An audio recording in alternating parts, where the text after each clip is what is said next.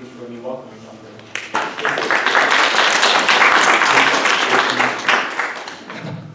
Thanks. Glad to be here. Even though we're missing football. So you know. Thank you all for organizing this and inviting me back again. It was fun last year. So maybe I'll get another bug this year. Is that true? I like one of the quotations that Brian put up a minute ago about that, for Mozart, about the head and the heart working together, which is a band now, right? They're an indie band. And that's kind of what I wanted to talk about a little bit with moral imagination. That's one way to get at what we mean when we talk about moral imagination, is this wedding of the emotions and the intellect, and especially our creative and imaginative powers. And in trying to illustrate some of that through poetry, and thinking about the role that poetry can play in our practice. Is that a tuba? What is that? No, that's good. We need that. Don't discourage me. Okay, so I think if I click on... Oh, there it is. Okay. Not that. I have no idea what that is. Oh, it's the other window, isn't it? Here it is. Thank you. What? I clicked on it. It's not there. Lynn, can you tell me what that is? I wanted to show,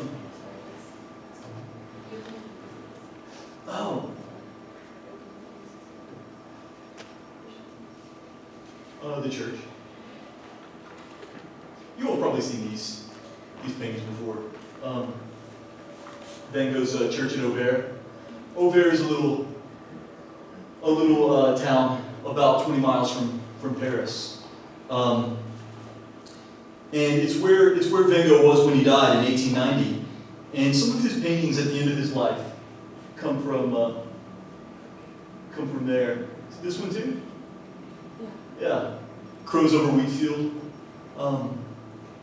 When I was an undergrad, I went to Paris one summer and went out to Auvers one day and walked through this field. And Vincent and his brother Theo were buried side by side. They're in a little church cemetery. You've been there? You're not? No, I've read about it. Yeah, and so it's just a short distance from this church, sort of on the hill. They're in the town. So the first couple poems that I wanted to read have to do with events surrounding the end of Van Gogh's life.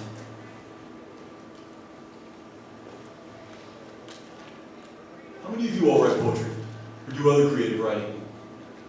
Not many? You? 7 or 8? Good. Well, we're all in this together, because as you'll see, I'm an amateur. These poems, some of these go back 10 or 11 years, but actually all of these that I'm going to read today, I'm still revising. So don't get the impression this is some sort of magnificent finished product. I'm sure it won't be magnificent even when it is finished. But I just added this little quotation from, Vincent and his brother Theo had a lot of exchanged letters over many years.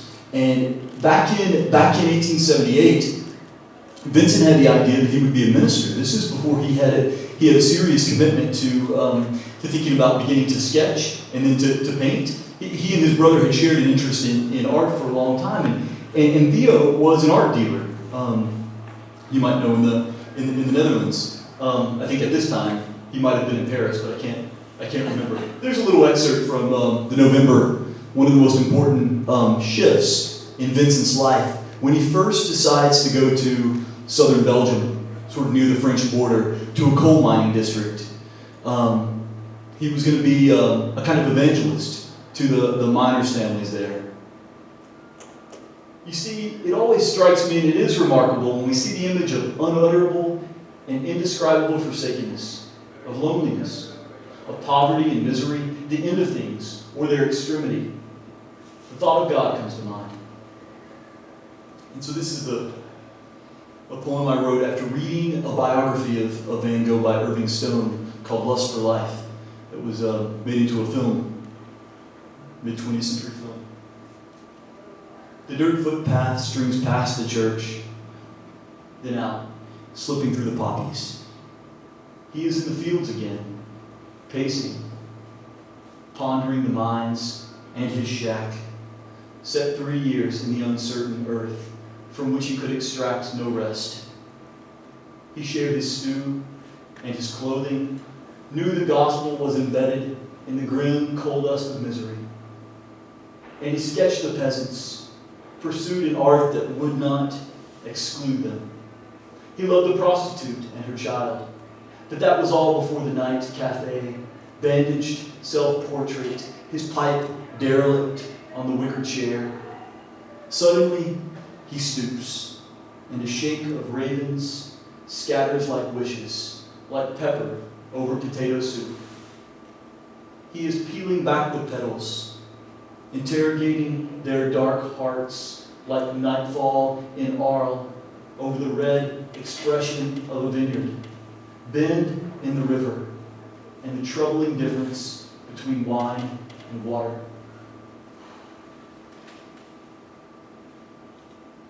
This is, I don't really know what to say about this poem. I don't really know what to say about any of my poems, honestly. I never really do this kind of thing, read them and then talk about them much.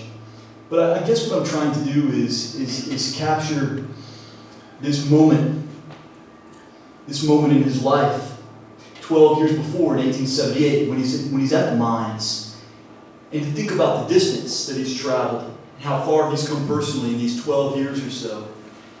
And do you know that poem, The Red Vineyard? The red expression of a vineyard is sort of at the end of the poem. The Red Vineyard was the only one of Van Gogh's poems, paintings to be sold during his lifetime, as the story goes.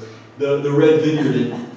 And I wanted to mention that image, the field, and the church here, sort of all together, to say something about doubt and faith, and how, in a way, he came to the end of his faith trying to be an evangelist there at the mines, and that was also the shift, though, his turn to art.